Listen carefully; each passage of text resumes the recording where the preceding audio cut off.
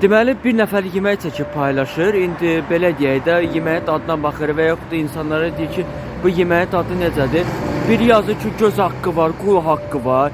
Biri məsələn maşını çəkib paylaşır ki, yazmaqla ki, xeyirli olsun, ən azından xeyirliyə sürərsən, ən azı bir göz aydınlığı versin. Yazır ki, sən bu maşını hansı pulla almışsan? Biri telefon alır, yazır ki, sən bu telefonu necə əldə eləmişsən? Məsələn üçün, mən 3 dəfə Kərbəla ziyarətində olmuşam. Allah sizlərə də qismət eləsin. Mənə dəfələrlə deyirlər ki, bir dəfə götdün bəs də, nə 3 dəfə gedib özü şambazlıq eləyirsə, özü reklam eləyirsə. Mən başa düşə bilmirəm.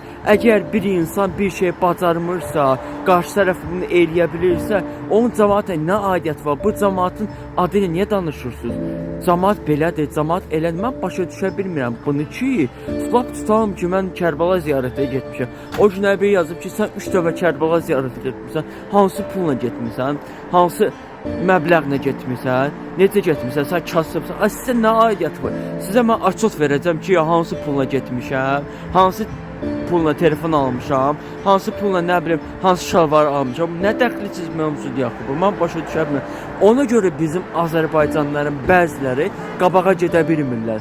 Amerikada və yaxud da digər ölkələrdə görürəm də ən azı, hamıya deyə bilmirəm, amma bir insan bir video paylaşır, görürsən ki, videosunun altında ən azı bir komentar yazır, bir xoş söz yazır. Amma bizdə necə, biri bir dənə video paylaşan kimi bizdə kim var, qüdrət var, təkəbbürlük var, ego var, nə bilim, egoistlik var ki, filan kəs eləyə bilmir, mən də eləməməliyim məsələsi.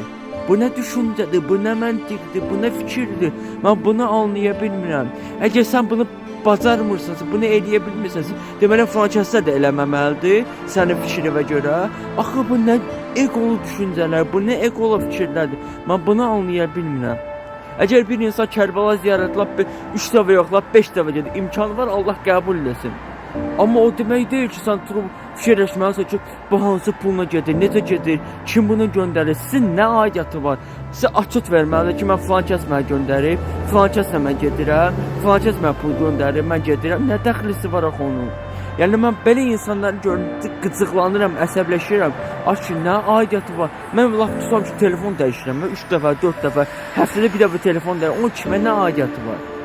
Aidiyyəti ki, sən hansı pulun, sənin dəxlisi var hansı pulunu dəyişirəm, sənin dəxlisi var hansı puluna gedirəm, sənin dəxlisi var mən nə işlə məşğulam. Mən başa düşmürəm, mən acını öləndə, vəziyyətin pis olanda, həqiqətən də deyirəm, döyüb qapımı döymədi, qardaş, artsan, pis, indi nə oldu, dur mənə sorğu-sual edirsiniz? Sizin nə ixtiyarınız var mənə sorğu-sual edirsiniz? Nə ixtiyarınız var mənə sorğu-sual tutarsınız? Mən belə eləmişəm, bundan sonra əcəb eləyəcəm. Ləzzət eləmə, dava xoş getdim. Yoxsa açıq verəcəm ki, mən telefon hansı pulla almışam. Nəyvə lazımdır sənin?